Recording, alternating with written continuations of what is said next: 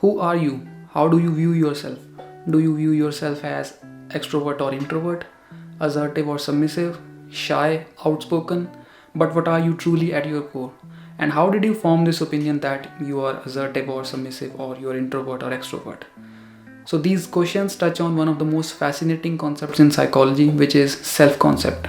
So what is self-concept? Self-concept is a person's understanding of who they are, their beliefs, attitudes, and perceptions about themselves. And there are three components of self-concept: self-image, self-esteem, and your ideal self. Firstly, there comes self-image. Self-image is the mental picture of how you think of yourself and how you think others think of you. So in self-image, there are three key attributes. Firstly, how you think of yourself. Secondly, how you think others think of you. And thirdly, how you think you would like to be thought of, or what you would like to become. So that is your ideal self. So we don't have any specific definition of how a person forms their self-image or what a person's self-image is in their mind, but we do have specific dimensions.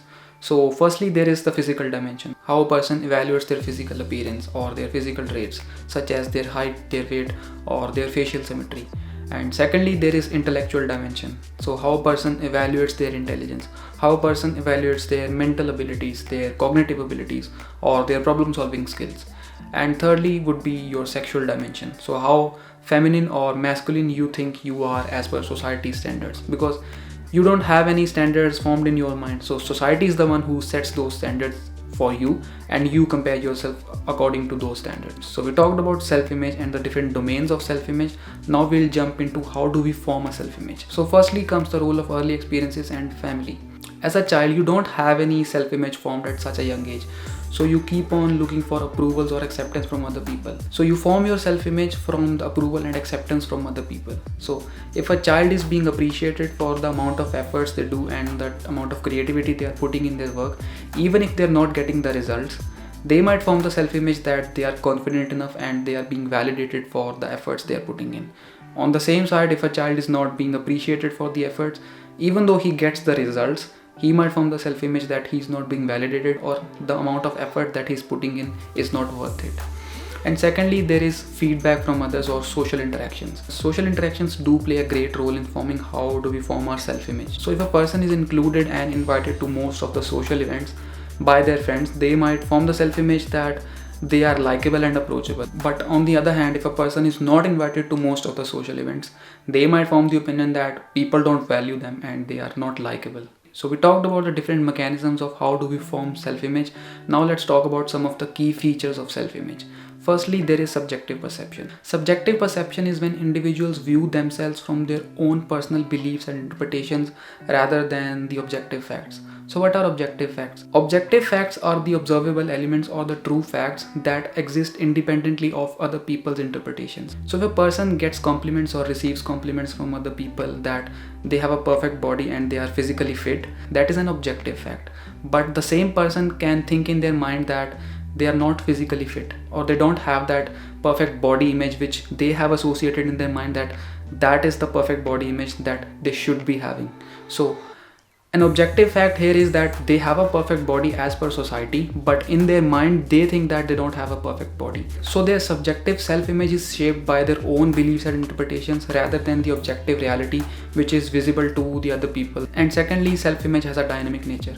The opinions and self-image that we have formed about ourselves is constantly evolving. It is not static, because we encounter new information and new interactions every single day. So our self-image of ourselves is constantly evolving and it is subjective to change. For example, in school, if a person has a self-image that they are not confident enough or they don't have the capability to speak to other people, or they think that they are incapable of doing public speaking or speaking to a large audience, the same person might move into college and get encouraged by his professors that he can do that thing. So when they do public speaking in college, or when they give presentations to their professors in the class, they might form the opinion that they can do that thing. So the self-image here is getting changed. So the same person can have a self-image of shy and submissive, but can also have a self-image of outspoken and extrovert in college.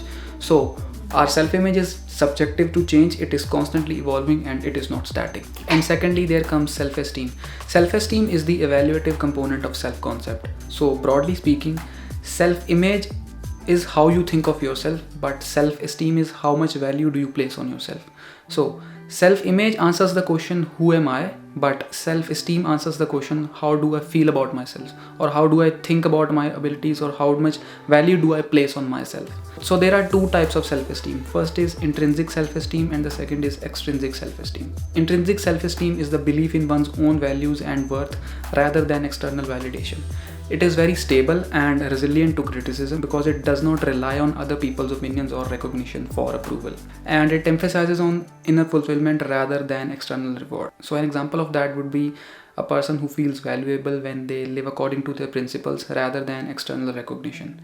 Or an artist who creates just because he feels internally satisfied rather than public's opinion. And secondly, there is extrinsic self-esteem. Extrinsic self-esteem is dependent on external factors such as approval or acceptance from other people, and it is very vulnerable to criticism. So an example of that would be a person who feels validated or think they have only a worth when other people validate them. So we understood the types of self-esteem, and now let's talk about some of the key features of self-esteem. So like self-image, self-esteem also has a dynamic nature. So in childhood, a person does not have any self-image formed. So when they receive feedback from other people or from their family, they form that self-image, and that self-image caters to self-esteem. But in adolescence, the self-esteem is very volatile because most of the young individuals or adolescents are more into that process of identity exploration where they keep on exploring their identity and keep on trying out new things. So self-esteem is very volatile at that point of time. But as we grow and as we move into adulthood, the self-esteem tends to stabilize because individuals have formed a certain sense of identity and they have things figured out. And lastly comes the ideal self. In your mind, you're always talking to yourself and saying that I know I can do better things, or I know I deserve a better life, or I can do better actions in my life. So that is your ideal self talking to you. So ideal self is the version a person aspires to be. Ideal self serves as the guiding stone towards self-actualization because in this, a person has realized that they have the potential and they can bring more justice to their hard work. So we need to draw a distinction here that working towards our ideal self does not mean that we are striving for perfectionism, but it just means that we are exploring our fullest potentials. So how do you achieve your ideal self? How do you form this idea of what I should become? That is a product of your social interactions, your environment, and the people around us. Because as children, we don't have any dreams and aspirations of what we have to become, and we don't have formed that self-identity or that identity in which we know that we are clear in our mind that we have to do certain things. But as we grow, cultural and societal factors keep on shaping our identity, and society keeps on feeding us with this thought that you have to become like that, or you have to be a certain way, or you have to behave in a certain way. So in your mind, you have that idea of what you have to become, and you have formed that ideal self in your mind. But why do you not work towards that ideal self? What is it that is stopping you from achieving that ideal self? So the answer lies in low self-esteem. So why do we have low self-esteem when we work towards our goals or pursue a certain goal or pursue our ideal self? So for that, we need to understand the concept of incongruence. Incongruence is the mental or the psychological mismatch between your self-image and your ideal self. So there is a mismatch between how you see yourself, that is your self-image, and how you wish to become, that is your ideal self. So let us talk about with the example that we used in self-image. So if you aspire to be a public speaker who addresses large audience and who does public speaking in front of a lot of people, that is your ideal self. That is what you want to become. But if your self-image is that of a shy and an introvert person, so that creates a psychological mismatch between your self-image and your ideal self.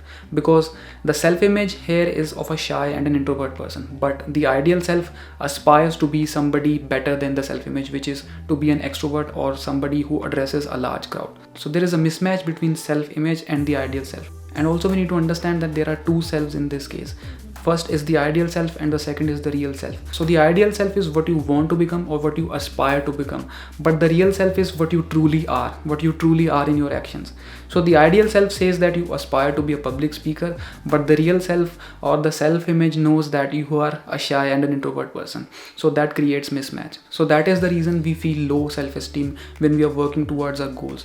Also, when you are working towards a certain goal, you might feel that, do I actually want it? Or why am I working towards this goal? Is it really my motivation to work towards this goal, or is it society's motivation? Am I working towards these goals because these are my goals, or these are somebody else's goals, or these are borrowed goals? So here you need to identify your true values. What do you truly value? What do you think your goals are? Are your goals really your goals? So when you identify your true values, you are clear in your mind that you have to work towards a goal because these are your goals, and these are not borrowed goals, or these are not the goals that society has imposed on you that you have to do this thing. So that creates a mental clarity in your mind, and you're working towards that goal every single day with the same passion that you had in the first day. And for the concept of incongruence, we need to understand that we should set realistic ideals that are practically achievable for us, because if we set the bar too high, we won't be motivated enough, and we are more likely to face low self-esteem when we are working towards that goals. So if we set realistic ideals, we narrow the gap between our ideal self and the real self, and we are more motivated to work towards those goals, because those goals are authentic and genuine. And by doing that, we can embrace our true selves, work towards realistic goals, and embrace our feelings, thoughts, and behaviors more harmoniously. I hope you might have got the insight of how your self-concept works and how you can take practical steps in order to achieve your ideal self and become what you truly want in your life. And till then, see you next time.